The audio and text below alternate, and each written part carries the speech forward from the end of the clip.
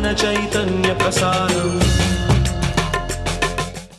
నమస్కారం, మన ధర్మం కార్యక్రమానికి స్వాగతం. ఇవాటి మన ధర్మం కార్యక్రమంలో మన ధర్మ సందేహాలను నివృత్తి చేసేందుకు మనతో పాటు ఉన్నారు ప్రముఖ ఆధ్యాత్మికవేత్త ఆచార్య శ్రీ తాడేపల్లి పతంజలి గారు. గురుగారు నమస్కారం. నమస్కారం అమ్మా. గురుగారు, ఈరోజు ఆశ్వయుజ బహుళ ఏకాదశి, దీన్ని రమా ఏకాదశి అని కూడా అంటారు కదా, దీని యొక్క ప్రత్యేకత ఏంటో తెలియజేస్తారా? రమా ఏకాదశి. రమ అంటే అమ్మవారు, మహాలక్ష్మి. ఏకాదశి అంటే మనకు చాలాసార్లు చెప్పుకుంటున్నాం, పవిత్రమైనటువంటి తిథి. ఉన్నటువంటి తిథుల్లో చాలా గొప్పదైనటువంటి తిథి, విష్ణుమూర్తికి చాలా ప్రియకరమైనటువంటిది. అసలు ఏకాదశే విష్ణుమూర్తికి చాలా ఇష్టమైంది. అందులోనూ ఇది రమా ఏకాదశి. ఇప్పుడు తొలి ఏకాదశి అని అంటే లోకంలో ఎంత విశిష్టత కలిగినటువంటిదో. ఎందుకనంటే తనకి సంబంధించినటువంటి వాళ్ళని పూజ చేస్తూ ఉంటే విష్ణుమూర్తి సంతోషించకుండా ఉంటాడా? రమా పేరు మీదుగా, లక్ష్మీదేవి పేరు మీదుగా లోకంలో జరుపుకునేటువంటి ఏకాదశి ఏమిటండి? రమా ఏకాదశి నాడే లక్ష్మీదేవి ఎందుకు మనం పూజ చేయాలి? ఈ ఏకాదశికి ఉన్నటువంటి విశిష్టమైనటువంటి గుణం ఏంటంటే, ఈరోజు రమ ఆవిడ అడిగిందట విష్ణుమూర్తిని, లోకంలో ఏకాదశి అని అంటే రకరకాలుగా చెప్పుకుంటున్నారు కదా, నా పేరు మీద కూడా ఒక ఏకాదశి ఉంటే చక్కగా నా పూజ చేస్తే, ఎందుకంటే భక్తుల్ని అనుగ్రహించాలి అని అంటే ఒక కారణం అంటూ ఒకటి ఉండాలి కదా. ఆ కారణం ఉంటే వాళ్ళని అనుగ్రహించడానికి ఆవిడకి మార్గం దొరుకుతుంది. ఒక లక్ష్మిని వాళ్ళకి అనుగ్రహించాలి అని అంటే వాళ్ళు కనుక ఈరోజు కనుక ప్రత్యేకంగా నా పూజ చేశారనుకోండి, నేను వాళ్ళని అనుగ్రహించడానికి ఒక మార్గం నాకు దొరుకుతుంది. కాబట్టి నా పేరు మీద కూడా చక్కగా మీ ఏకాదశికి ఏ రకంగా ఉంటూ ఉంటారో, ఉపవాసాలు చేస్తూ ఉంటారో, నా పేరు మీద కూడా అలా ఒకటి లోకంలో చేయండి అంటే విష్ణుమూర్తి అలాగే అని చెప్పారట. అప్పటి నుంచి దేవతలందరికీ ఆదేశాలు చేశారట, మానవులందరికీ కూడా ఈ రోజు నుంచి అందరూ కూడా రమా ఏకాదశి జరపండి. అందువల్ల ఈరోజు మామూలుగా యథాప్రకారంగానే ఏకాదశి నాడు ఏ రకంగా ఉంటామో, ప్రధానంగా ఏకాదశి అంటే ఏకాదశ ఇంద్రియాలు. అర్థం ఎప్పుడు మనం మర్చిపోకూడదు. ఉపవాసం, భోజనం చేయకుండా ఉండటం, ఈ మామూలుగా లోకంలో లౌకిక నియమాలు. ఏకాదశి అని అంటే ఏకాదశ ఇంద్రియాల మీద పట్టు ఉండటానికి చేసేటువంటి వ్రతం. ఏకాదశి ఇంద్రియాలంటే 5 జ్ఞానేంద్రియాలు, 5 కర్మేంద్రియాలు, వీటితో పాటు కలిపి మనస్సు. ఈ 11 ఏకాదశ, దశ ఏకాదశి. ఈ 11 ఇంద్రియాల మీద మనకి పట్టు ఉండాలి. పట్టు ఉండటం అంటే ఏంటమ్మా? వాటి మీద నిగ్రహం. కన్ను మనం చెప్పిందే చూడాలి, చెవి మనం చెప్పిందే వినాలి, మనస్సు మనం కోరుకున్నదే అది కోరుకోవాలి. చాలా కష్టం, కానీ ఆ రకంగా ప్రయత్నించాలి. ఆ రకంగా మనసు. ఇవాళ రమా ఏకాదశి, అమ్మవారి ఏకాదశి. నేను అమ్మవారిని పూజ చేస్తున్నాను. ప్రముఖ క్రీడాయాం, సంస్కృతంలో ధాతువు. క్రీడ ప్రపంచాన్ని ఆడిస్తూ ఉంటుందట. ఆ అమ్మ ఆటలో నేను పాల్గొంటున్నాను. నా చేత జీవించి ఉన్నంత వరకు కూడా అమ్మ మంచి ఆట ఆడించాలి ప్రపంచంలో. కాబట్టి మనస్సా నువ్వు చెప్పింది విను, ఇంద్రియాల ద్వారా మీరన్నీ చెప్పినట్టు వినండి. ఈరోజు చక్కగా నేను లక్ష్మీ స్తవం చేస్తున్నాను, నాకు వేరే ఆలోచనలు ఏమీ రాకూడదు, ఈరోజు నేను ఉపవాసం ఉంటున్నాను అని కేవలం ఆ రోజంతా కూడా అమ్మవారిని తలుచుకుంటూ గడిపితే ఆవిడ సంపదను అనుగ్రహిస్తుంది. ఏ సంపదో చెప్పి నేను విరమిస్తాను. సంపద అంటే కేవలం ధనం మాత్రమే కాదు, కేవలం ధాన్యం మాత్రమే కాదు, ఆరోగ్య సంపద, పుత్ర సంపద, అధికార సంపద, ఇట్లాంటి సంపదలన్నింటినీ కూడా తల్లి అనుగ్రహిస్తుంది. కాబట్టి ఈరోజు తప్పనిసరిగా వీలున్నంత వరకు అందరూ రమా ఏకాదశి జరుపుకొని ఆవిడ అనుగ్రహాన్ని పొందేదరుగాక. గురువుగారు, మానవులు సంధ్యా సమయం తర్వాత నదుల్లో స్నానం చేయరాదు అంటారు, ఎందుకని? సంధ్యా సమయం ఇది కూడా మహాభారతంలో ఉన్నటువంటి పంచమ వేదంలో చెప్పినటువంటి మాట. ధర్మరాజు గారు అరణ్య పర్వంలో ఒక గంధర్వుణ్ణి ప్రశ్న అడుగుతున్నప్పుడు వచ్చినటువంటి సందర్భం ఇది. ఆ గంధర్వుడు, వాడికి అధికారంలో ఒక సరస్సు ఉంటుంది. ఈ సరస్సులో ఆ సంధ్యా సమయంలో వీళ్ళు స్నానం చేయడానికి వెళ్తారు, పాండవులు వీళ్ళందరూ. వెళ్ళినప్పుడు ఆ సరస్సు మీద అధికారం ఉన్నటువంటి గంధర్వుడు ధర్మరాజును ప్రశ్నిస్తాడు, ఏమయ్యా, సంధ్యా సమయం ఇది, పగలపూట నదుల్లోనూ చెరువుల్లోనూ స్నానం చేయటానికి మానవులకి అధికారం ఉంది. నువ్వు అన్ని ధర్మశాస్త్రాలు తెలిసినటువంటి ధర్మరాజువి కదా, నీకు తెలియదా? ఈ సంధ్యా సమయంలో రాత్రిపూట నీళ్ళల్లో మునగకూడదు, నదుల్లో స్నానం చేయకూడదు. ఇది కేవలం మాకు మాత్రమే అధికారం ఉంది, దేవతలకి గంధర్వులు మాత్రమే అప్పుడు స్నానాలు చేస్తారట, కాబట్టి మేము మాత్రమే చేయాలి, మానవులైన మీరు ఎలా చేస్తారు, ధర్మశాస్త్రాలు తెలిసిన వాడివి నీకు ఇది తెలియదా అంటాడు. అప్పుడు నవ్వుతాడు ధర్మరాజు. ఒక్క విషయం నువ్వు మర్చిపోయావు, సంధ్యా సమయంలో ఏ నదిలోనూ ఏ చెరువులోనూ స్నానం చేయకూడదు, నిజమే, కానీ ఒక్కదానికి మినహాయింపు ఇచ్చారు. దురిత పాప హరిహారిణి గంగాయాం యథా వేలాయాం సమాకరోత్. అంటే గంగకి సమయం నిర్దేశం లేదు, ధర్మశాస్త్రం చెప్తాను. గంగా నదిలో పగలపూటైనా స్నానం చేయొచ్చు, సంధ్యా సమయంలో అయినా స్నానం చేయొచ్చు, రాత్రిపూటైనా స్నానం చేయొచ్చు. మిగతా నదులకి వచ్చేసరికి నువ్వు చెప్పిన నియమం ఉంది, సంధ్యా సమయంలో రాత్రిపూట మాత్రం స్నానాలు చేయకూడదు, అది దుష్ఫలితాలను అందజేస్తుంది. కానీ గంగకి మాత్రం ఒక్క ప్రత్యేకమైనటువంటి మినహాయింపు ఇచ్చారు. అందువల్ల కాశీలో చూడండి, ఇప్పటికీ కూడా మీకు సంధ్యా సమయం లేదు, రాత్రం లేదు, ఎప్పుడు పడితే అప్పుడు గంగా స్నానాలు చేస్తూనే ఉంటారు. ఎందుకని? కేవలం ఒక గంగా నదికి మాత్రమే అటువంటి మినహాయింపు ఉంది, ఇది గంగకి సంబంధించినటువంటిది, అందువల్ల మేము స్నానం చేస్తున్నాం. హనుమంతుడి ముందు కుప్పిగంతులు అంటుంటారు కాబట్టి ధర్మశాస్త్రాలు తెలిసినటువంటి ధర్మరాజుకి ధర్మం ఇంకోరు చెప్పాలా? అందువల్ల ఆ రకంగా మనకి మానవులమైనటువంటి మనకి ఒక గొప్ప ధర్మాన్ని లోకం అందచేసింది. సంధ్యా సమయంలో రాత్రిపూట ఒక గంగానదిలోనే స్నానం చేయాలి, మిగతా వాటి దగ్గర మనం స్నానం చేయకూడదు, అది మహాపాపం. గురుగారు, రామాయణం బాలకాండలో 15-16 సర్గల గొప్పతనం ఏంటి? ఆ సర్గలు ఎటువంటి విశేషాన్ని తెలియజేస్తున్నాయి? ఇది ఆధునిక జీవితంలో ఒక ప్రసిద్ధుడు ఆచరించగా నేను అనుభవపూర్వకంగా తెలుసుకున్నటువంటిది. అది చెప్తూ విషయానికి వస్తాను. రామాయణంలో వాల్మీకి రచించినటువంటి రామాయణం, రామాయణాలు చాలా ఉన్నాయి, వాల్మీకి రచించినటువంటి రామాయణంలో బాలకాండలో 15వ సర్గ 16వ సర్గ చాలా మహిమోపేతమైనవి, మిగతావన్నీ కూడా మహిమోపేతమైనవే. 15-16 సర్గ ఒక ప్రత్యేకమైనటువంటి కార్యక్రమం కోసం నిర్దేశించినవి. ఏమిటండి? పుత్రులు లేరు, సంతానం లేదు అనేటువంటి వారు తప్పనిసరిగా ఈ 15-16 సర్గల్ని గనక నిష్టగా గనక చదివితే, ఎందుకంటే ఆ 15-16 సర్గల్లో దశరథ మహారాజుకి ఆ యజ్ఞపురుషుడు పాయస పాత్రను అందివ్వటం, ఆయన ఆ పాయస పాత్రని తన 3 రాణులకి చక్కగా పంచిపెట్టడం, వాళ్ళకి పుత్రులు కలగటం. కాబట్టి ఇటువంటి విషయాలన్నీ కూడా 15-16 సర్గల్లో వర్ణించబడ్డాయి. కాబట్టి ఆధునిక కాలంలో మనకు ఉమా సంహిత అని ఒక గ్రంథం ఉందమ్మా.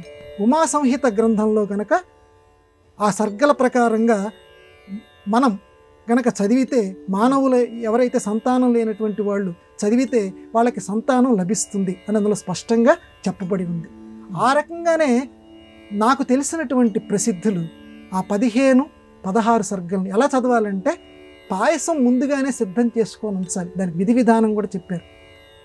అది కూడా మనస్సులు పెట్టకుండా చదివితే వస్తుందా, చదివితేనే సంతానం కలుగుతుందా అనేటువంటి సంశయంతో కనుక మొదలుపెట్టేటండి ఆయన. మొదలుపెట్టడం తండ్రి గారు చెప్పారు సంతానం కలుగుతుందిరా చదువురా అని, ఆ సంశయం ఉండబట్టి మొదలుపెట్టారు. 20 రోజులు వరుసగా చదవాలి. 15-16 ఒక్కరోజు చదవటం కాదమ్మా, 15-16 సర్గలు 20 రోజుల పాటు చదవాలి. మొదటి 4 రోజులు పారాయణం బాగా జరిగింది, ముందు పాయసం వండుకోవాలి, ఆ పాయసం అక్కడ పెట్టుకోవాలి, 15-16 సర్గలు చదవాలి. 4 రోజులు పారాయణం జరిగింది, ఏదో భార్యకి ఇబ్బంది, అరే ఇలాంటి ఇబ్బంది వచ్చింది కదా అని మళ్ళీ మొదలు పెట్టారు.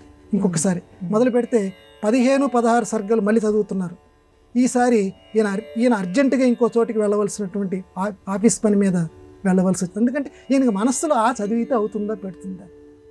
ఇట్లా దాదాపుగా ఒక 10-12 సార్లు మొదలు పెట్టడం, ఆగిపోవటం. ఏమిటి ఇది, నిజంగా ఏదో నాన్నగారు చెప్పినట్టు ఇది చాలా విపరీతంగా ఉందని చెప్పి ఈసారి మనస్సు పెట్టి, స్వామి నేను నమ్ముతున్నాను, నేను హృదయపూర్వకంగా నమ్ముతున్నాను, ఈసారైనా సరే 20 రోజుల పాటు ఈ 15-16 సర్గలు మా చేత చదివించేటట్టు చెయ్యి. పిల్లలు కలగటం ఆ పక్కన పెట్టు, కేవలం పారాయణ కోసమే, ఆ దివ్యమైనటువంటి నీ రామాయణం కోసమే మేము చదువుతున్నాను, మా పారాయణ కార్యక్రమాన్ని నిర్విఘ్నంగా నెరవేర్చు అని కళ్ళెమ్మడి నీళ్లు పెట్టుకుంటూ వండిన పాయస పాత్రని అక్కడ పెట్టి చదివితే అప్పుడు 20వ చదివితే మొత్తం ఆ సర్గలు చదవటం పూర్తయిపోయింది. అత్యద్భుతం అమ్మ. ఆధునిక కాలంలో నమ్మరు, వాళ్ళకి సంతానోత్పత్తి జరిగింది, సంతానం కలిగింది.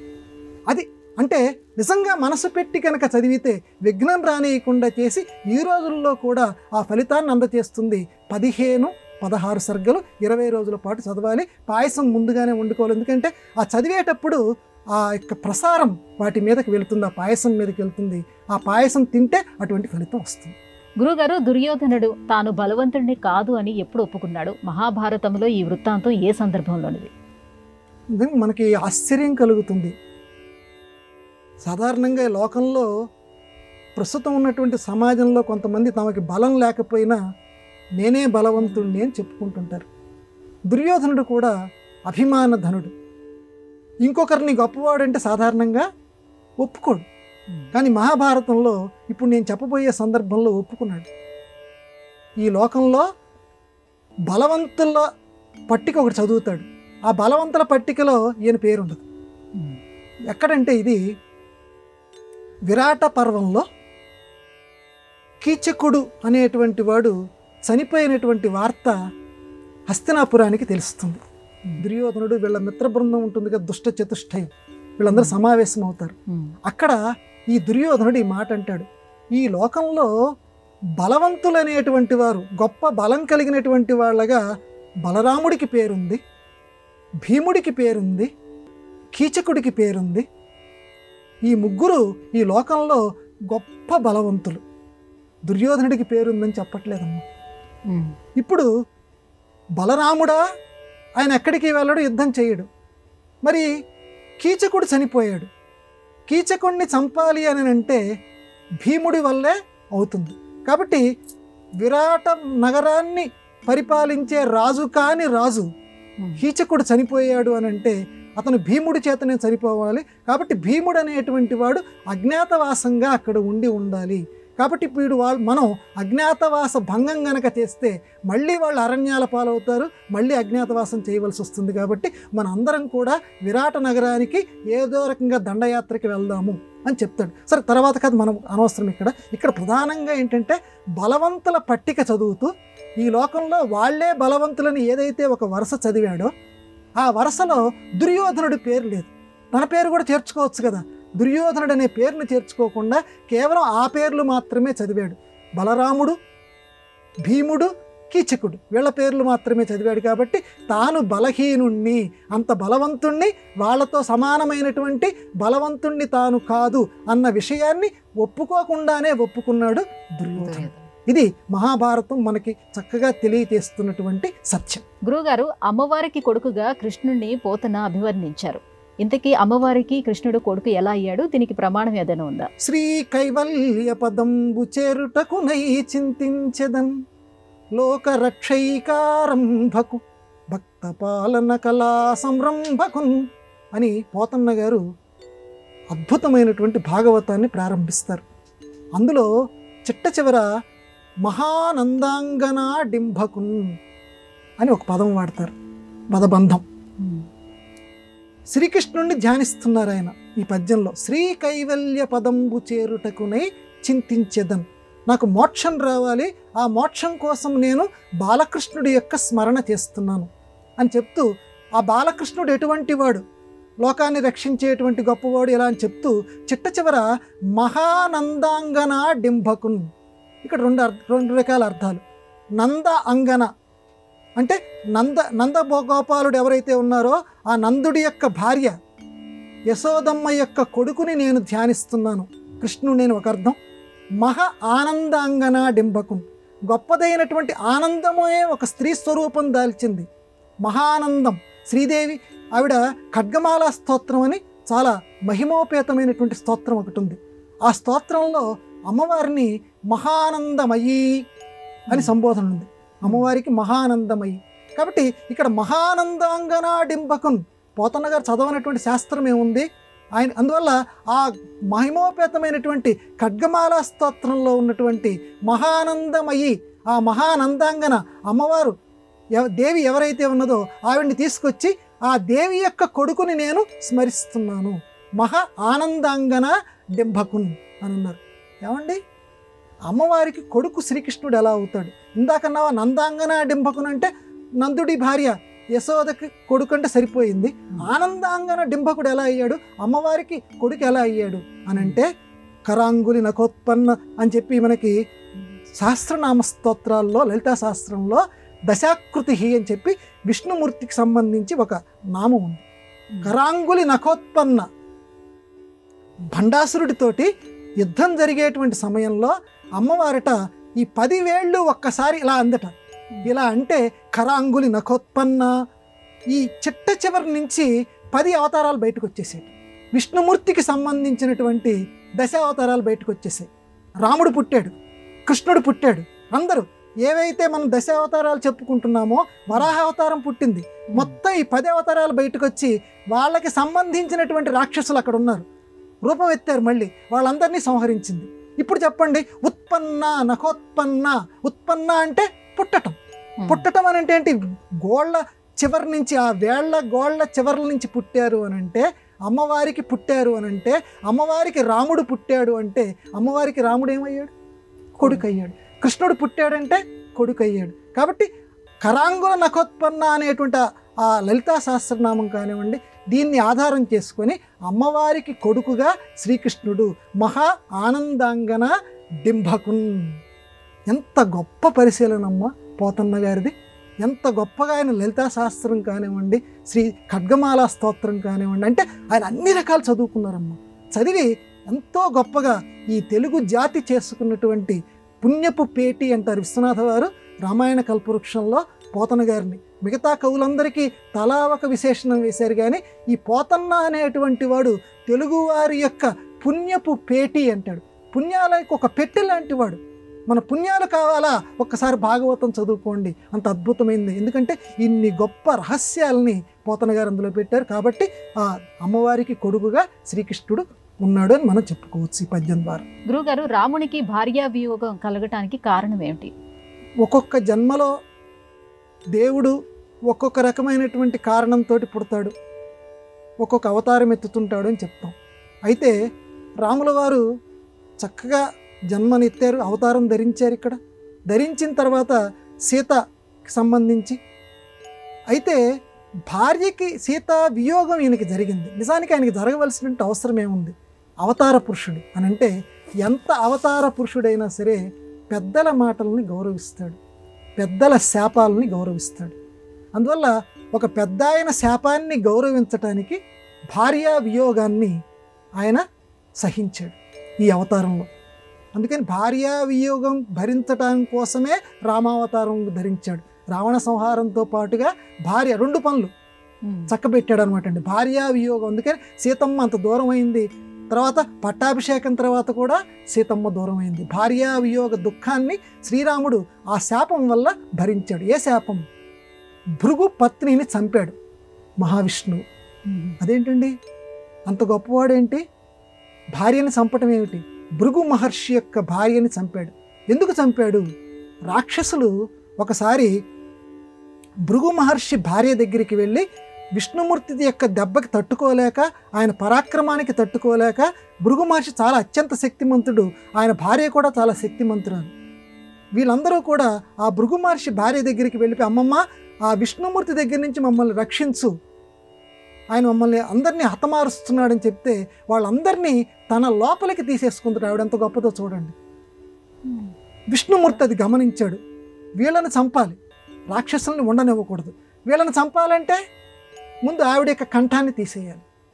అందువల్ల ఆవిడ కంఠాన్ని, ఎందుకంటే ఆవిడ చనిపోతేనే కదా లోపల ఉన్నటువంటి వాళ్ళు చనిపోతారు. అందువల్ల భృగు పత్నిని రాక్షస వధ కోసం విష్ణుమూర్తి సంహారం చేశాడు. ఇది తెలిసినటువంటి భృగువు, అవురా నువ్వెంత దేవుడు అయినా సరే లోకోపకారార్థం రాక్షసులను చంపటం కోసం నా భార్యని నాకు దూరం చేసావా? నువ్వు కూడా ఇటువంటి కష్టం, భార్య దూరమైనటువంటి కష్టం నువ్వు కూడా అనుభవించాల్సిందే, ఇది నా శాపం అని అంత పెద్ద ఆయన తపస్సు చేసుకున్నటువంటి ఆ తపస్వి పెట్టినటువంటి శాపానికి చిరునవ్వుతోటి తలకాయ పెట్ట ఆ మహావిష్ణువు. అందుకే ఆ భార్య వియోగ శాపాన్ని రామావతారంలో ఆ మహానుభావుడు భరించాడు. భరించి చక్కగా సీతకి దూరం అయిపోయి ఆ దుఃఖాన్ని లోకం కోసం నటించాడు. ఆయనకి దుఃఖమే ఉంది, లోకం కోసం నటించాడు. కానీ ఇక్కడ మనం గ్రహించవలసింది ఏంటంటే, ఎంత పెద్దవారు కానివ్వండి, ఎంత దేవుడైనా సరే మనకి ఇచ్చినటువంటి సందేశం ఏంటంటే, పెద్దల మాటల్ని గౌరవించండి, వాళ్ళ మాటల్ని క్రియాత్మకంగా, గుణాత్మకంగా, చక్కగా సందేశాత్మకంగా లోకంలో ఆచరించండి. ఇదిగో నా అంతటి వాడిని, దేవుణ్ణి నేను పాటించకపోయినా పర్లా, కానీ గౌరవించటం అనే లక్షణం ఉండాలి. ఇది లోకానికి శ్రీరాముడు భార్యా వియోగం ద్వారా అందించినటువంటి సందేశం. గురుగారు, ఇంద్రియాలలో ఏది గొప్ప అని కేనోపనిషత్తు తెలియజేసింది? ఒకసారిట కేనోపనిషత్తు చాలా తమాషాగా ఉంటుంది. కేనోపనిషత్తులో ఇంద్రియాలన్నీ ఒకసారి తగాదా పెట్టుకున్నాయిట. అంటే తగాదా పెట్టుకోవడం ఏంటంటే, వాటికి ఏమైనా మాటలు ఉన్నాయా, చేతికి ఏమైనా మాట ఉందా, లేకపోతే కళ్ళకి ఏమైనా మాటలు ఉన్నాయా అంటే, ఎప్పుడు లోకమమ్మ, లోకాన్ని ప్రతిబింబిస్తాయి ఉపనిషత్తులైనా సరే, లోకంలో ఉన్నటువంటి పురాణాలైనా సరే, రామాయణాది గ్రంథాలైనా సరే. ఇక్కడ కేనోపనిషత్తులో ఇంద్రియాలన్నీ ఒకసారి తగాదా పెట్టుకున్నాయి. నేను గొప్ప, నేను గనక చూడకపోతే ఈ ప్రపంచంలో ఎవరికి అసలు జ్ఞానం అనేదే రాదు, కాబట్టి నేనే గొప్ప అంది కళ్ళు. అవురా, నువ్వేం గొప్ప, నేను గనక వినకపోతే మానవుడికి అసలు జ్ఞానం అనేది ఉంటుందా, నువ్వేం గొప్ప కాదు, నేనే గొప్ప అంది చెవి. అసలు నేను నడవకపోతే లోకజ్ఞత వాడికి రాదయ్యా, కాలు ఉంది. ఇట్లా ప్రతి ఒక్కటి కూడా, ప్రతి ఒక్క చేతులు లేకపోతే అసలు మానవుడు ఏ పని చెయ్యలేడు. కాబట్టి ఇంద్రియాలన్నింటిలోకి నేనే గొప్ప అంది చెయ్యి. నేను గొప్ప, నేను గొప్ప, నేను గొప్ప, నేను గొప్ప అని చెప్పి అన్నీ కూడా ఒకదాని ఒక్కొక్కసిగా పట్టుకున్నట్టుగా, వీధి పంపు దగ్గర కొట్టుకున్నట్లుగా ఇంద్రియాలన్నీ కొట్టుకున్నాయి. కేనోపనిషత్తులో రాస్తాడు. ఇంద్రియాలన్నీ కొట్టుకుంటుంటే, ఈ ఇంద్రియాలన్నింటిలోనూ ఉన్నటువంటిది ప్రాణం, అది లేకపోతే చాలా కష్టం కదా. ఆ ప్రాణం బయటకు వచ్చిందట. నేనే గొప్ప అయ్యా, అసలు మీరు గొప్ప కాదు. నేనంటూ ఒకడిని ఉంటేనే అప్పుడు మిమ్మల్ని ఎవరైనా లెక్క పెడతారు. నేనంటూ ఉంటేనే చెయ్యి ఆడుతుంది, నేనంటూ ఉంటేనే ప్రాణం అంటూ ఉంటేనే కాలాడుతుంది, నేనంటూ ఉంటేనే కళ్ళు చూడగలుగుతుంది, చెవులు వినగలుగుతాయి. కాబట్టి నేనే మీ అందరికంటే గొప్ప. ఈగల్లో, తేనె పట్టుపడితేటువంటి ఈగల్లో రాణి ఈగ కేనోపనిషత్తులో చెప్పారమ్మ. రాణి ఈగ చాలా ప్రముఖమైనటువంటిది, రాజు ఈగ కాదు, అక్కడ ప్రధానమైనటువంటిది రాణి ఈగ అక్కడ ప్రాముఖ్యత. కాబట్టి తేనె పట్టులో రాణి ఈగలాగా అన్నింటిలోనూ, ఈ శరీరం అన్నింటిలోనూ నాదే ప్రాముఖ్యత, నేనంటూ లేకపోతే మీరందరూ సున్నా, ఏమీ లేరు అని ప్రాణం చెప్తే, అప్పుడు ఒక్కసారి వీళ్ళకి ఈ ఇంద్రియాలన్నీ నిజమే బాబోయ్, మాలో ఏ ఒక్కరు లేకపోయినా చెయ్యి కనుక కొంచెం పక్కకు దొరికితే ఏదో రకంగా బతకచ్చు, కాలు కనుక ఒక్క కాలు కనుక లేకపోతే రెండో కాలుతోటి బతకచ్చు, ఒక్క కన్ను లేకపోతే రెండో కన్నుతోటి ఉండొచ్చు, కానీ ప్రాణం అంటూ లేకపోతే. కాబట్టి నువ్వే గొప్ప అని ఇంద్రియాలన్నీ కూడా తీర్మానించాయి. కాబట్టి అన్నింటిలోకి గొప్పది ప్రాణం. అందుకే ఈ లోకంలో ఆధునిక తెలుగువాడికి నేను ఎప్పుడు జోహార్ జోహార్ అంటుంటాను చూడండి. ఎందుకని అంటానంటే, నువ్వు నా ప్రాణం అంటాడు. ఆత్మీయంగా ఇంకొకరిని చెప్పేటప్పుడు నువ్వు నా కన్ను, లేకపోతే నువ్వు నా చెవి అని అండు. నువ్వు నా ప్రాణం అని చెప్పి ఎవరైతే తనకిష్టమో వాళ్ళతోటి నువ్వు నా ప్రాణం అంటాడు. ప్రాణం అన్నింటిలోకి కూడా చాలా విలువైనది అది. కాబట్టి ప్రాణం మనం కాపాడుకోవాలి. ఎందుకనే శరీరం ఆద్యం ఖలు ధర్మ సాధనం అని కుమార సంభవం కూడా చెప్పింది. ఈ శరీరాన్ని నిలుపుకోవాలంటే ప్రాణాన్ని జాగ్రత్తగా చూసుకోవాలి. ప్రాణం పోతే ఈ శరీరానికి విలువంటూ ఏమీ ఉండదు. కాబట్టి ప్రాణం పోకుండా ఉన్నంత, ప్రాణం అంటే గాలమ్మ, గాలి గనక ఆగిపోయిందా ఎప్పటికప్పుడు అది భయపెడుతూ ఉంటుంది. ఎప్పుడు ప్రాణం పోతుందో ఎవడు చెప్పగలడు? ఊపిరి పైకి పోతున్నప్పుడో, ఊపిరి కిందికి విడుస్తున్నప్పుడో, నిశ్వాసం కావచ్చు, ఉశ్వాసం కావచ్చు, ఆ రెండిట్లో ఎక్కడో చోట ఆగిపోయిందనుకో జీవితం ఇంతే. కాబట్టి ప్రాణం చాలా గొప్పది. ఎప్పుడే ఆగిపోతుందో తెలియదు. కాబట్టి ఉన్నంతలో అందరం కూడా ధర్మ కార్యక్రమాల్లో పాల్గొందాం, వీలైనంతగా ధార్మికంగా బతుకుదాం. గురుగారు, ఇవాళ మన ధర్మము కార్యక్రమంలో మాకు వచ్చినటువంటి సందేహాలన్నీ కూడా నివృత్తి చేసినందుకు ధన్యవాదాలండి. నమస్కారం. ఇది ఇవాల్టి మన ధర్మం కార్యక్రమం. రేపటి మన ధర్మం కార్యక్రమంలో మళ్ళీ కలుసుకుందాం. నమస్కారం. ఈ కార్యక్రమాన్ని తిరిగి చూడాలనుకుంటే www.youtube.com/ETV Life Spiritual లో చూడవచ్చు.